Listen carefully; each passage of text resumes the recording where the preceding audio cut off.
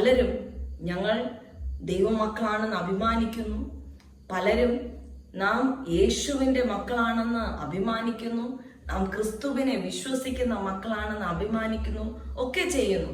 പക്ഷേ അവർക്ക് ക്രിസ്തുവുമായിട്ട് ചേർന്നിരിക്കുന്ന, ക്രിസ്തുവിനോടൊപ്പം എല്ലാത്തിൽ നിന്നും വിട്ടൊഴിഞ്ഞ് ക്രിസ്തുവുമായിട്ട് ചേർന്നിരുന്ന് ക്രിസ്തുവുമായിട്ട് സംസാരിക്കുന്നതായ ആ ഒരു അഭേദ്യ ബന്ധം, ആ സമയം ഉണ്ടോ എന്ന് നാം നോക്കുമ്പോൾ അതിന്ന് പലരുടെയും ജീവിതത്തിൽ നമുക്ക് കാണുവാൻ സാധിക്കത്തില്ല.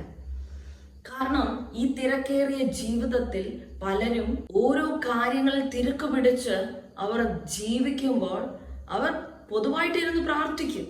കുടുംബ പ്രാർത്ഥന ചിലപ്പോൾ കാണും, ചിലപ്പോൾ ഹസ്ബൻഡും വൈഫുമായിട്ടുള്ള പ്രാർത്ഥന കാണും. പക്ഷേ താനും ദൈവവും മാത്രവുമായിട്ടുള്ള ഒരു ബന്ധം കാണത്തില്ല.